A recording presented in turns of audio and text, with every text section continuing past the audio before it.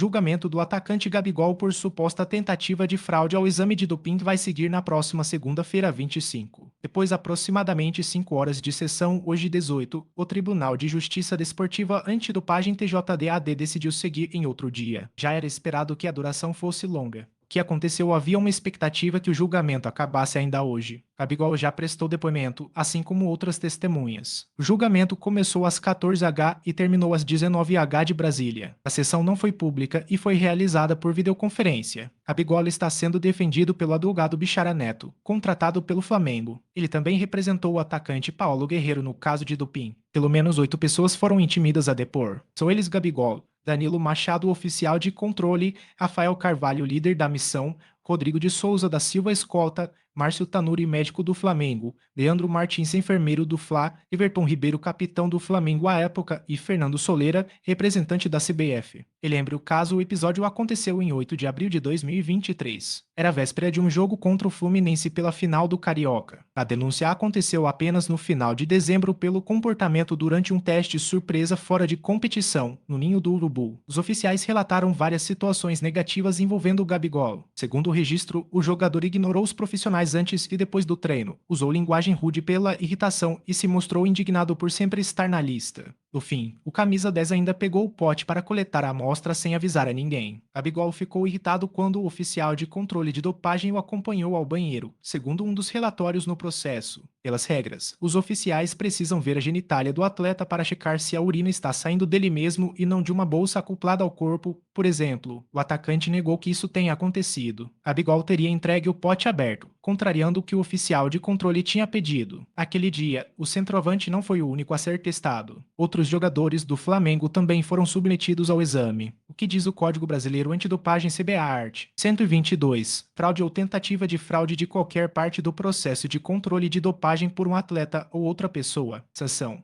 suspensão de 4 anos, exceto e se o atleta ou outra pessoa puder comprovar circunstâncias excepcionais que justifiquem uma redução do período de suspensão, caso em que o período será de 2 a 4 anos, dependendo do grau de culpa do atleta ou de outra pessoa, ou 2 em um caso que envolva uma pessoa protegida ou um atleta de nível recreativo, o período de suspensão corresponderá a, no máximo, 2 anos e, no mínimo, uma advertência, sem período de suspensão, de acordo com o grau de culpa.